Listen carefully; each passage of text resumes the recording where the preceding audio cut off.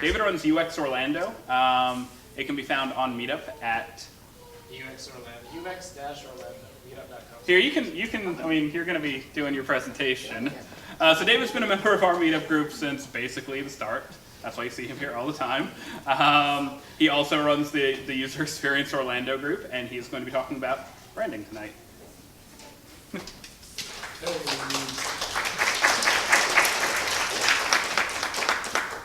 So yes, let's talk some branding. What is it? How do we do it? As David mentioned, I run UX Orlando. It's pretty fun. We talk a lot about usability issues and how to integrate that into your brand. So it's really cool if you have a WordPress site and you want to make it even cooler. So a little bit about me. If you find the hinted image, you get a prize if you see me after. Co-founder of Sevenality. We specialize in pretty much all things visual communication and brand strategy. So yeah. So branding, oftentimes we're told that it's our logo, it's our flyers that we hand out, that it's something magical. Really and truly, it's pretty much the pre-existing facts that you have that people know you by.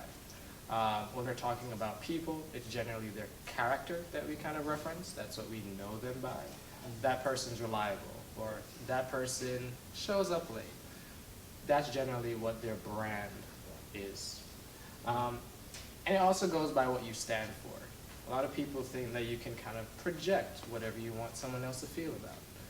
And while it does work in many different aspects of if you're buying a product, making that person feel good about the product, if there's something that is lacking in terms of what you stand for, your value system, many people won't continue with you past that initial interaction.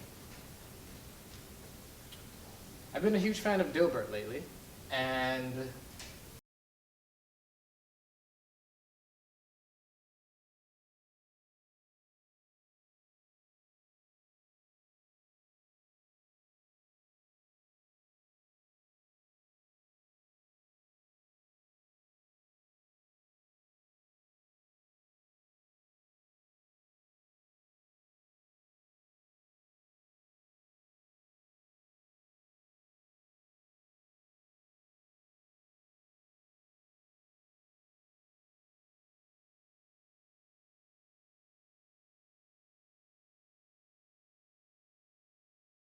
it gets worse if they bring Brad.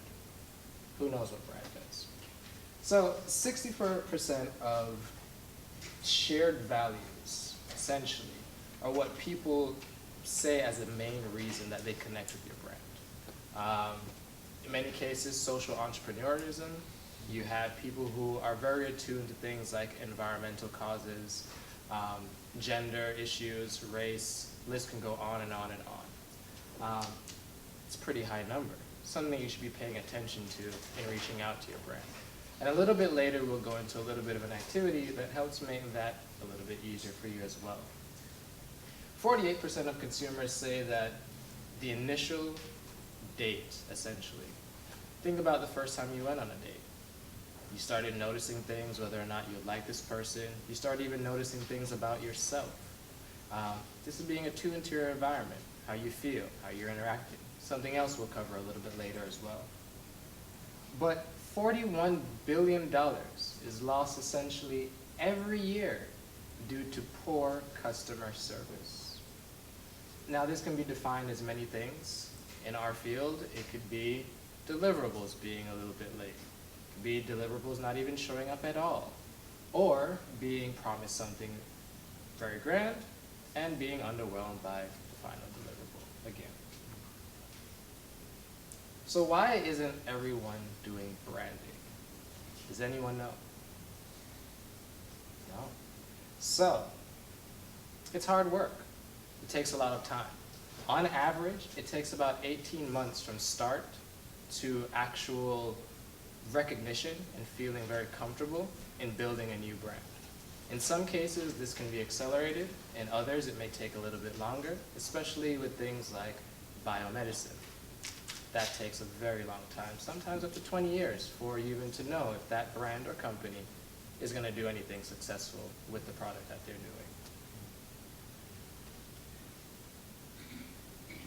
Most importantly, it takes determination.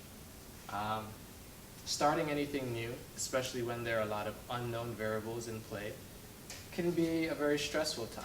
You'll experience a lot of highs and you'll experience a lot of lows. But what matters is that you keep your end goal in sight and keep working towards that goal. Thomas Edison actually gave a very nice quote for this and said, if it was dressed like overalls, opportunities would miss most people because it looks like hard work. No one wants to do that work involved in building a brand. And additionally, it requires us to be kind of attentive or attuned to the needs of others versus our needs. What exactly does this mean? We're onboarding a new client. They say, for instance, they need a new project design, developed. We sit down, we're excited, emotions are, kind of raging, everything's going good in that moment. But what does that customer need? Do they need someone to sit down and tell them, hey, you need X, Y, Z done, and if you don't do it this way, then you're wrong forever? Or do they need someone to sit down and understand where they want to be? Many times people say, I want a website, I want a logo, but they don't really know what exactly they're looking for. And oftentimes we'll get frustrated, this person doesn't know what they want, like, I can't even deal with this person. When in reality, maybe a couple questions later, and you'll find out exactly what they want. Case in point, we were working on a project over the past year, and they came and said, we need full marketing, branding and strategy. But we don't know how much this is going to cost. Can you give us a budget? Instantly, first thing you do if you're just starting out, you say, hey, it's going to cost you X number of dollars to do this particular project. Without asking those questions, you don't know what they're really looking for, and you don't know what they need in that process either. Sitting down with them, we were able to find out that they were looking to increase awareness around a particular product that they were launching. And they also wanted it to be very consistent in the look and feel of the other products that they had there as well. They didn't want this particular product line to be its own separate line of business. They wanted it to be more of a funnel or kind of a middle piece into the rest of their overall business goals. Without asking these questions, we wouldn't know what they need. We probably would have quoted a project and been severely underestimated in terms of cost and time. And in the end, it could have been a situation where the client was extremely unhappy because of these factors. Internally, we also would have faced difficulties because now we have to basically eat the cost of this project because we didn't ask enough questions or we weren't aware of what they exactly needed in the beginning. So always be attuned to what your customer needs. So this is a little activity that we designed to kind of flush out some initial questions, make it very simple. We're going to go over this and probably spend the next 7 minutes really working on whatever product or service you're looking to offer right now and how to make it better. Or even a product that you're looking to launch in the future. How can you find that right product market fit? So in the first line, we start with the name of your company or product or service. And then we're going to say what it's designed to do. And then we're going to say the 3 people or the 3 areas that it helps to solve. And finally, you're going to say, how does that solve it? Right. So for instance, we use my company as an example. Sevenality is designed to help people have a better brand or build better communities by building better brands. It helps to solve this issue or solve the issues of not understanding what a brand is. See, what else can you do in here? Understanding what the issues of branding are.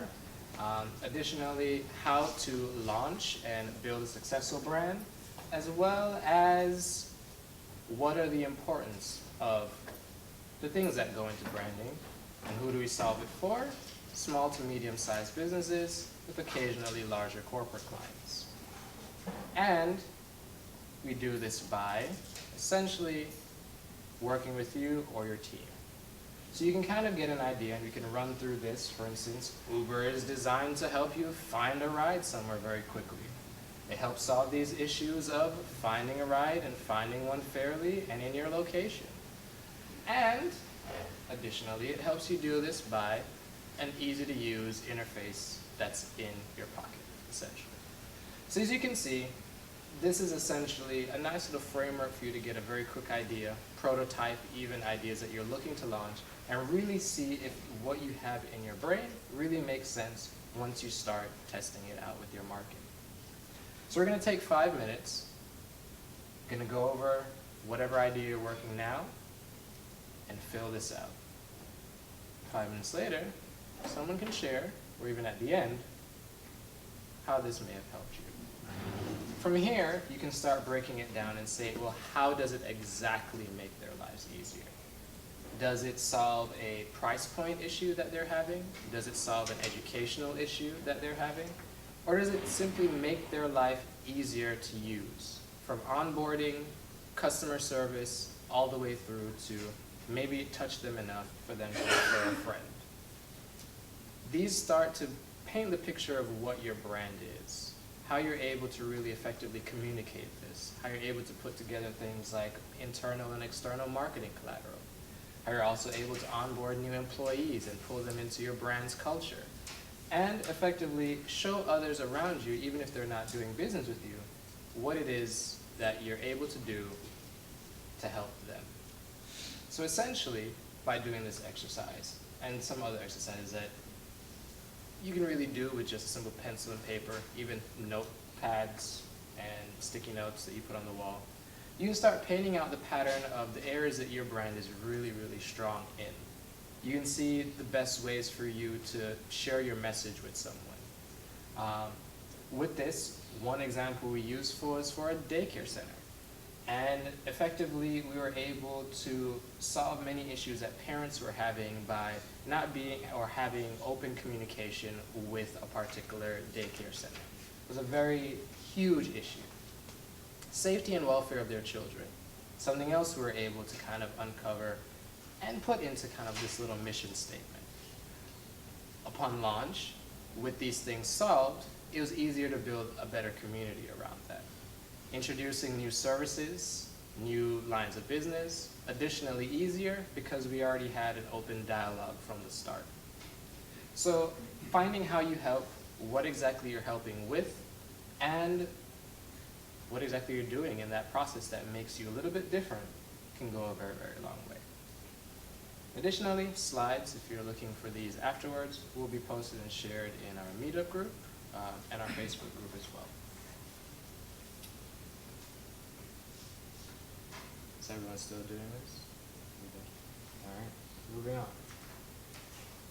So after that, you should be able to answer these 3 questions. What's your story? Why do you even exist? And why should I, or in this case, the customer, even care? If you're able to answer these questions, you have a much deeper insight into what your brand is, what your messaging and tone should be, even how to derive things like marketing strategy and visual aesthetics. It makes it easier for you to say in an elevator, depending on if it takes you 6 minutes for some very slow elevators, or 30 seconds, exactly what your brand is and how it helps someone. Oftentimes, I'll get caught in an elevator, and someone will be like, hey, what do you do? And I freeze. Even though this is something that I teach people how to do. Because it's kind of exposing a vulnerable side. Branding is a lot about exposing your vulnerabilities. Letting people know that they can trust you, that you're human just like them. Oftentimes, we can lose sight of that, essentially. We're honed in on our craft. We're looking to do things and do it to the best, get the best projects, and share that with the world. But in that, we kind of miss the fact that we are human too. And people buy from other human beings. So, do you know your story? It's okay to share things like, I started this business around my dining room table, if that's your case. Or, I got the idea for this while I was walking through the subway. or on the sunrail, or wherever you are. Let people be able to relate to whatever it is that you have, and be able to picture themselves in that storyline, and kind of imagine that you're not there to be their guiding light, but to be kind of like their assistant, and help them be the hero of their own story. From there, you're able to kind of say, this is where we started, and this was the pain that I was looking to solve for myself personally. And this is how I'm able to solve it for you, allowing yourself to position yourself differently. And then, from there, you're easily able to answer that third question. Why do I care about your product or service? Because it helped me solve a problem I didn't know I had, right? So oftentimes our customers come to us and they're very confused.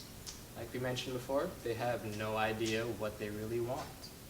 And that's okay, because honestly, we have no idea what to really give them, unless we ask the questions, unless we get to know them, what their problems are, and where they're really looking to solve these problems for the next 3 months, 6 months, 1 year, 5 years, however long. The first part of that, this is pulled kind of from my slides from Work Camp Miami, is our verbal communication. Whether this is in person, over the phone, on Skype, via Slack, how we communicate.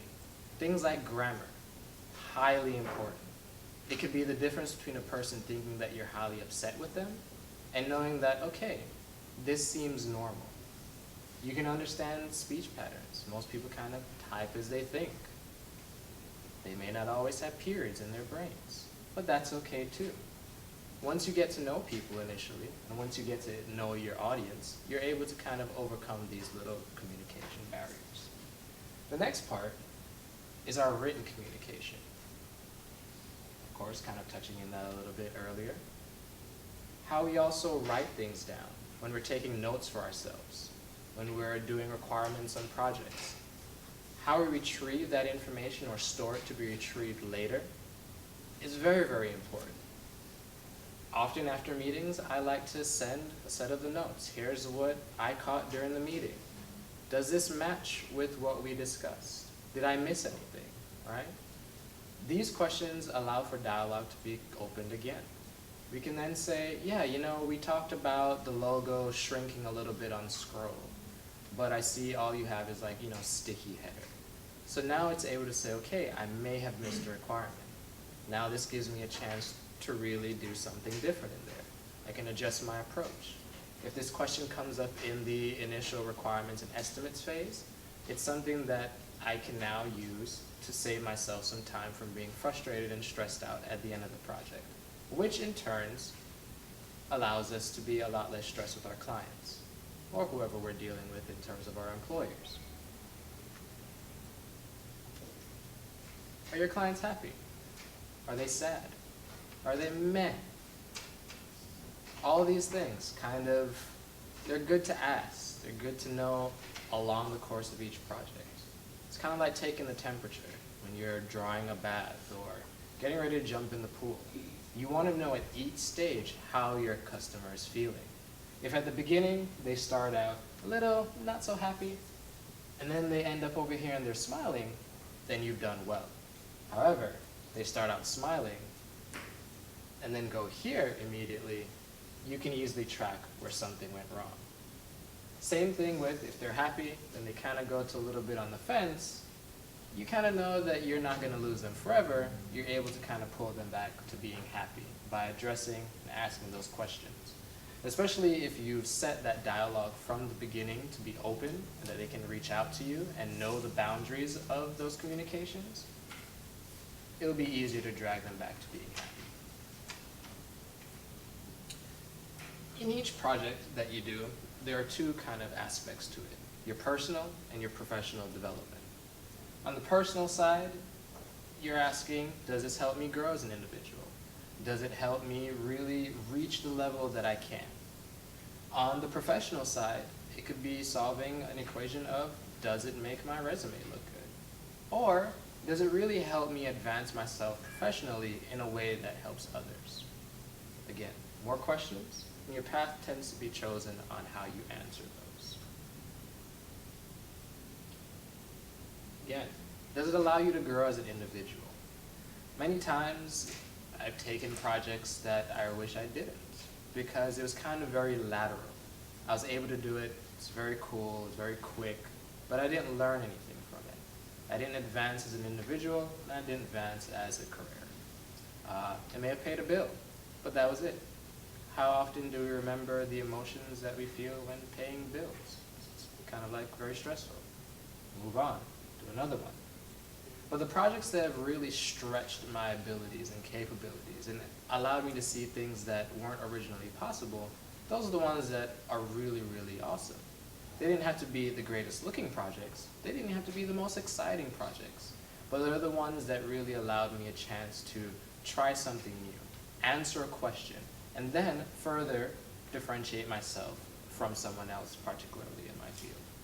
So instead of being simply addressed as, oh, there's just another designer or there's another developer, people generally go, oh, you should probably talk to XYZ because they know a lot about this, this, and this.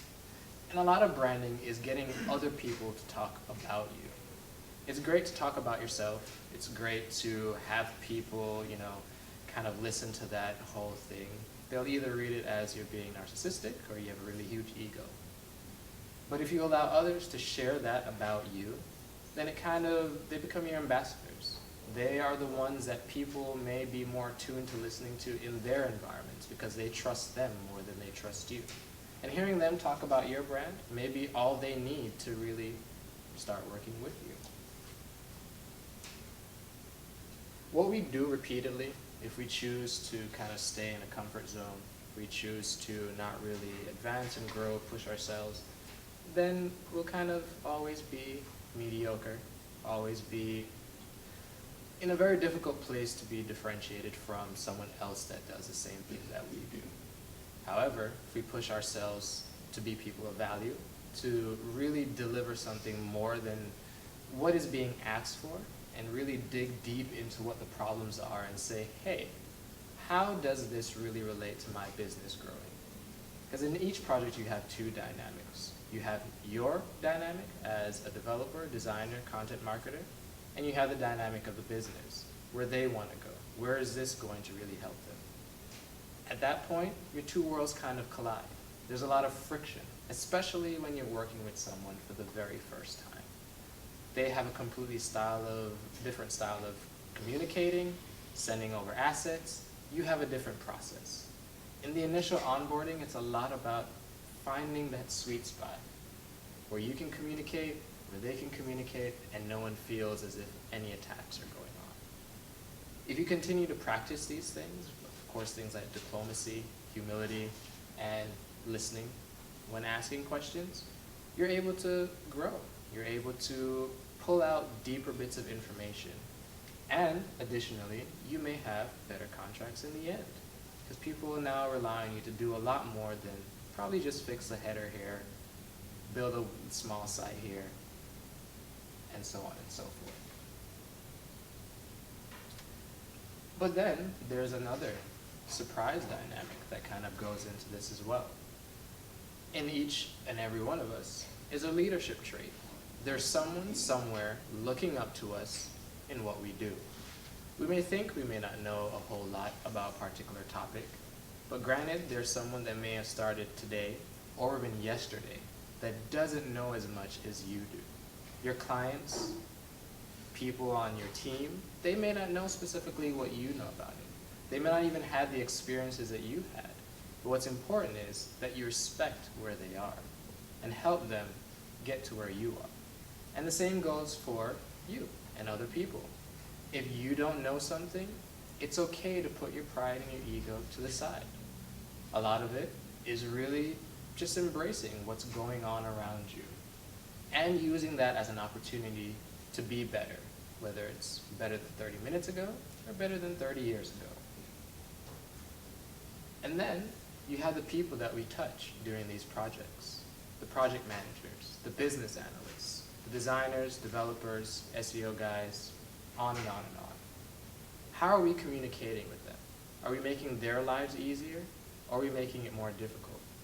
Many times when pitching projects, we found that it's the people who do the simple things like customer service, who have a lot more weight in an organization in terms of new software that may be built, new processes that may be integrated into that organization, than many of the people at the top, who simply may just sign off and say, yeah, go ahead and do it. Get to know those people. Get to know the people who are on the front lines dealing with the problems that you are looking to solve. This helps in differentiating you in so many different ways. So no matter what the project is, try to be a leader. Try to take that opportunity to really help someone level up their life. And then the fun part, contracts and project transparency. Many people try to avoid dealing with this particular part. Getting the money is awesome.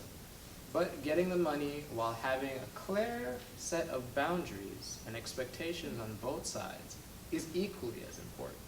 In fact, it can make or break the sustainability of your entire operation. Many clients will come like, hey, I want you to do this. I don't want to sign a contract. I trust you. Or you can trust me. That's fine. But this makes me feel comfortable. And once I'm comfortable enough to do my job, I can give you whatever you need, because we now have an understanding. If something does go wrong, we can both reference this document and say, okay, this is what our scope was. This is what we agreed that we're going to do in phase 1, in phase 2, and phase 3. We may have knocked off some items from phase 2 and phase 1 because we're pretty good with our development team. Or we may have had to push items out of phase 1 into phase 2 because they didn't make much sense from a business aspect. In the beginning, like we mentioned, if we're open, honest, and transparent with our clients or with our employers, we're able to overcome a lot of these hurdles later on. These conversations about what's in a contract or in a scope of work become a lot easier. Clients will even bring it up and be like, oh, this is not in our scope for this phase. That's okay.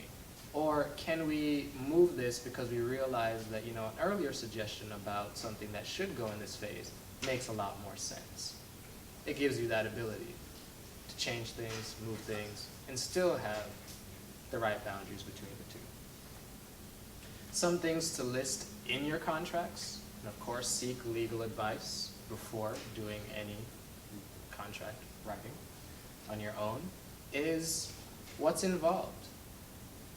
A lot of things that make it easy for us is we have a set of standard things that go into our contracts, like intellectual property.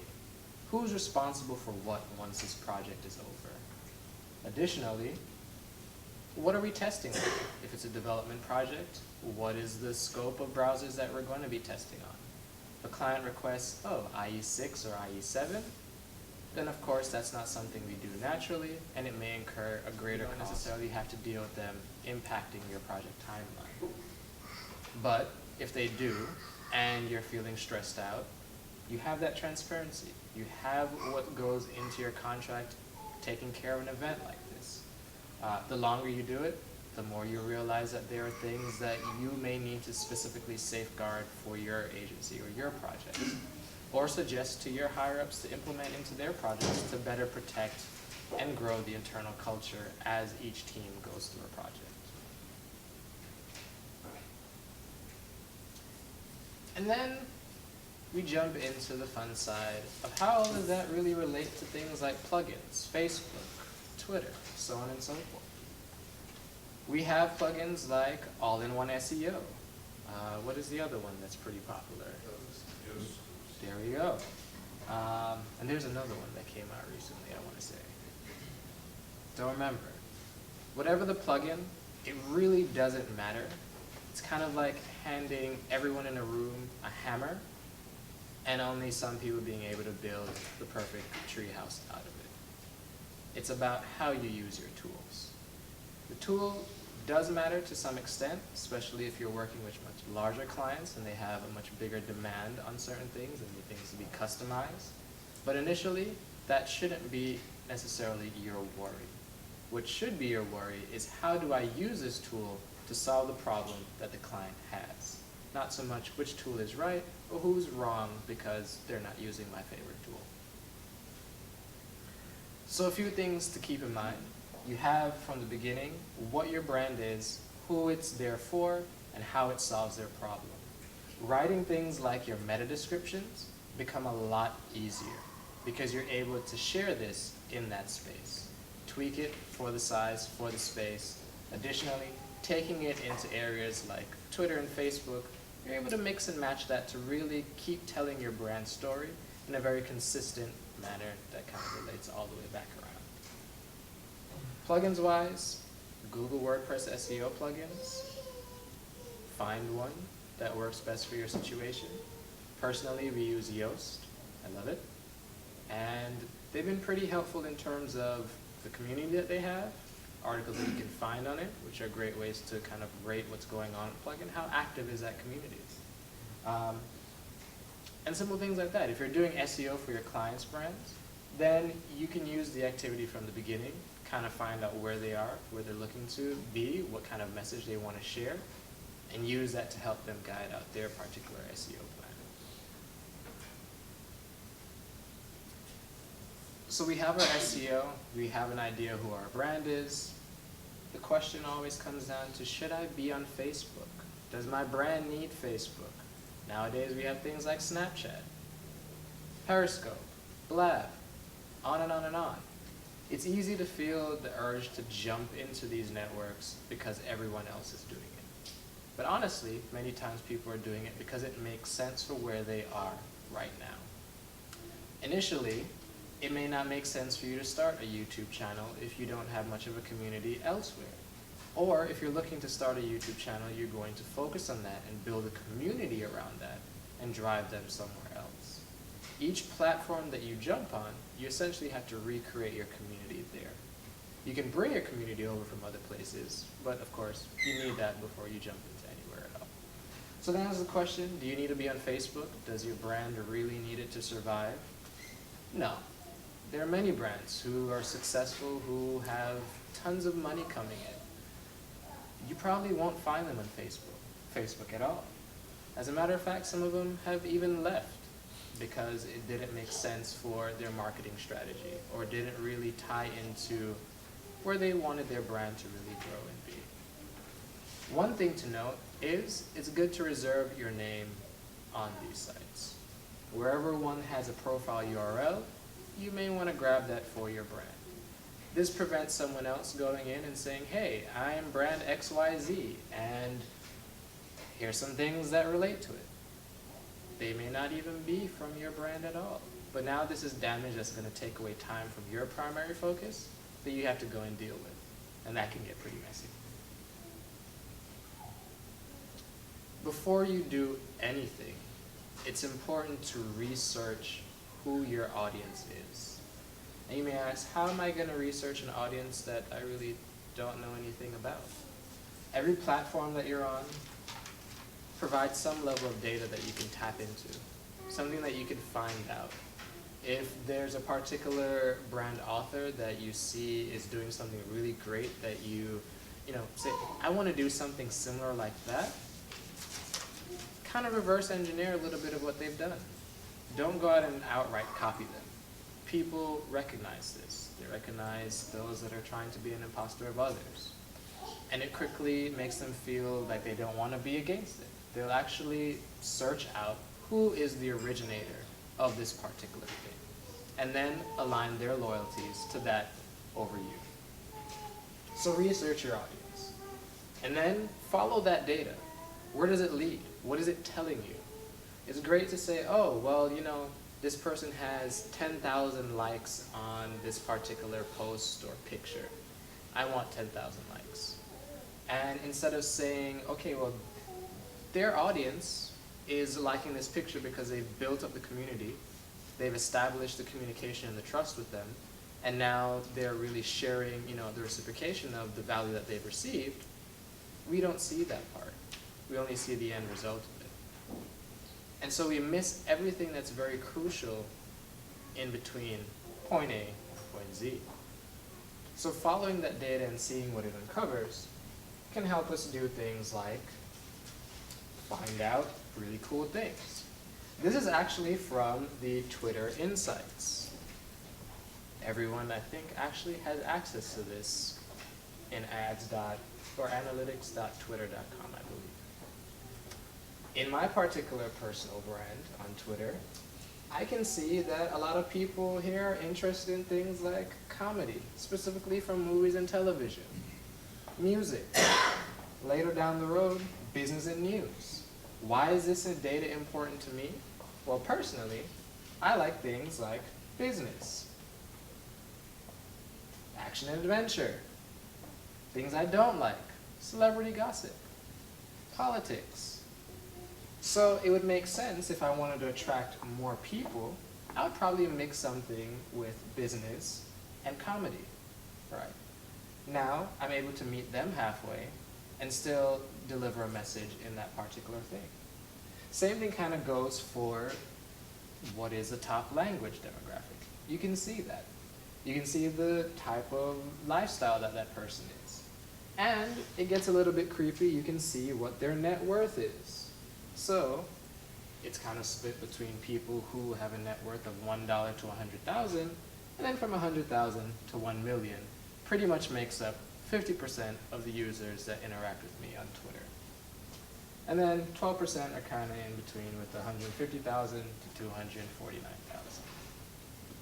And additionally, it goes into things like their occupation. They're professional people. Some are homemakers, which is a very weird term. A good chunk are self-employed. And it goes down into their buying styles. People like to eat healthy. So the content that I would be providing in my own personal brand would target things like these. Are you a professional? Are you looking to eat healthier in the midst of a fast-paced, high-octane environment? Many of the people I deal with are tech workers. This can now allow me to develop products and services that particularly are tailored to them. And as I get deeper, I can then further personalize that product or service to take even more advantage of the information that they're providing once they enter whatever platform that I've built. And then things like, for instance, I actually want to start a cooking blog. So now I actually know that people would probably know a lot more about Mexican food, which may not be my favorite, but how can I tie that in with something else, so on and so forth. So most brands tend to fall into one of these major categories. Some may even fall into all of them because they share characteristics of them all. Brands like Apple, for instance, take into account iconic. They have the iPhone. It changed an industry. It also, in terms of Apple products, builds a very strong cult. And then it falls into being a lifestyle. People can't live without it now. Medical brands may simply just be a lifestyle brand, or even something that provides a solution, like payroll processing. May not be iconic, may not create a cult following, but it's still big enough that there's something that can be done there. So initially, your brand, and one way that you can really determine what kind of brand you have, is to ask yourself, with another set of questions, what do I have that makes life easier for this particular person? If you're looking to build more of a very strong following behind your brand, kind of like Beyonce has, where someone says anything about her people, there's a whole swarm of people that kind of goes for them, you really hone in on what touches them specifically. Is it her message? Is it her music? Who knows? But there's something there that they have that loyalty to that draws them out whenever things happen. So we have the basis, we have everything that we know to go in and do awesome projects in the future. How do we really use that? How do we use it now? What is the one thing that we can go home tonight and really implement to take our brands to a next level over the course of time? Simply put, action. It's great to collect information. It's great to have access to all of this cool resources and everything in the world. But if no one acts on it, what good is it, right? Are we being intentional about the goals that we want to achieve? Are we making them clear? Are we writing them down? Are we, taking the necessary steps to break down a much larger goal into something that we can work on each and every day? Consistency all goes in to making your next project pretty great. Our agency motto is anything worth doing, it's worth doing right.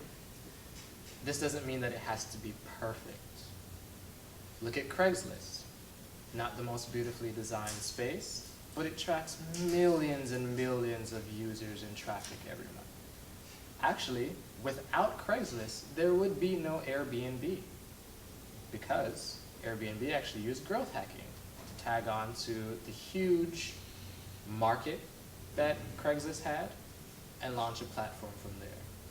From there, we were able to see the rise of companies like Uber, who saw, hey, here's a commodity that kind of needs changing.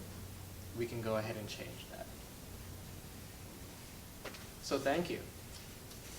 And any questions?